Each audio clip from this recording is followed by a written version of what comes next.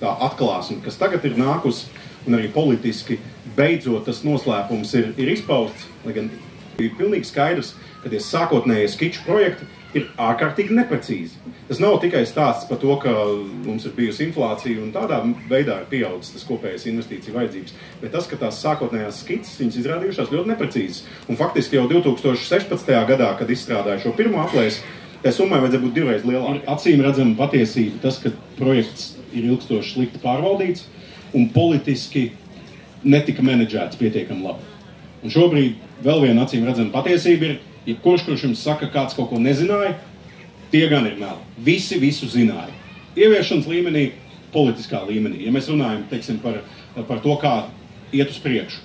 Vēl viena lieta ir, ka šim projektam ir acīm redzama gan ekonomiska, gan drošības pamatojamība. Šis projekts mums ir vajadzīgs, un neklausieties to, ko saka visi, kas šobrīd izmanto iespēju vai nu noraut rokas bremzi, vai nu nolaist to projektu pavisam no sliedēm. Šajā gadījumā skaidrs, ka šī ažiotāža dod iespēju, ko, protams, mūsu austrumu kaimiņi lieliski izmanto, šāda veida runāt. Tas ir mīļi! Tiešām skaisti. Forši, kad arī tie džeki, kas tur zāģē tos mežus, parādās. Par vidi deķer kreņķi reku mēs visi. Sauļojamies. Pēc tā gadsimta beigās, ja tur, piemēram, brāļi Kaudzīši arī aprakstījušas to, kā no laukiem cilvēki mūk uz Rīgu, ja, un negrib tur dzīvot. Tas ir aprakstīts jau kaut tad, tas rēķinies 150 gadus atpakaļ. Un tiešām statistika jau pirmo reizi 19. gadsimta beigās krietni sen uzrāda to, ka Pierīgas reģionā laukos tātad iedzīvotāju skaits samazinās, tāpēc, ka pilsēta ar savu industrializāciju sāk piedāvāt citu alternatīvu. Un tādā brīdī, ja, protams, sabiedrība satraucās, ir dažādi veidi satraukums, tā ir tā pirmā dimensija, tā jau ir tāda izsena problēma, mēs runājam par laukiem, un kaut kādā ziņā viena no tām dimensijām, kā mēs laukus pretnostatam, ir tā kā lauki pilsēta, ja, un problēma varētu atrisināt arī tehnoloģijas. Piemēram, mēs tad sapamies par tiem asfaltātiem ceļiem, ka mums vajag, ja?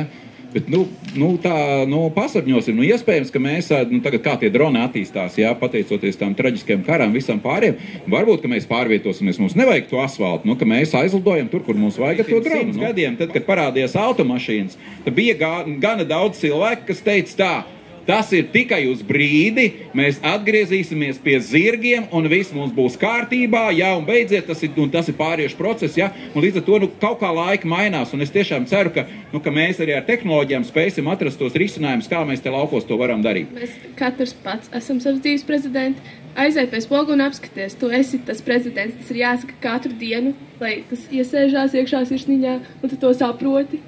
Jā, tā ir kā rīta manifestācija, katru rītu tu ieskaties spogu. Tu esi savas dzīves prezidents. Obligāti radio balsī tas ir jāsaka. Tu esi savas dzīves prezidents. Mēs sapratām, ka visu to, ko mēs esam ieguvuši, mums ir pēc iespējas ātrāk jānodod tālāk jauniešiem, lai viņi var rīkoties un darīt. Un arī saprast to, ka viņiem nav jāgaida uz citiem, nav jāgaida kaut kāds labākais brīdis, kā var sākt darīt jau uzreiz. Kādu piemēru tieši var izstāstīt, jā, kā ir bijis līdz, varbūt jā, pašām arī pasniedzējām ir piemēri, jā, redzami, ka viņš ir visu beigās tā atver. Atvērta tipa jautājums, tad ko īsti jūs lasat, lai uzzinātu ziņas? Droši varat rakstīt, kā jūs gribat, Facebooks, Delfi, TVNet, neko nelasu, Instagrams.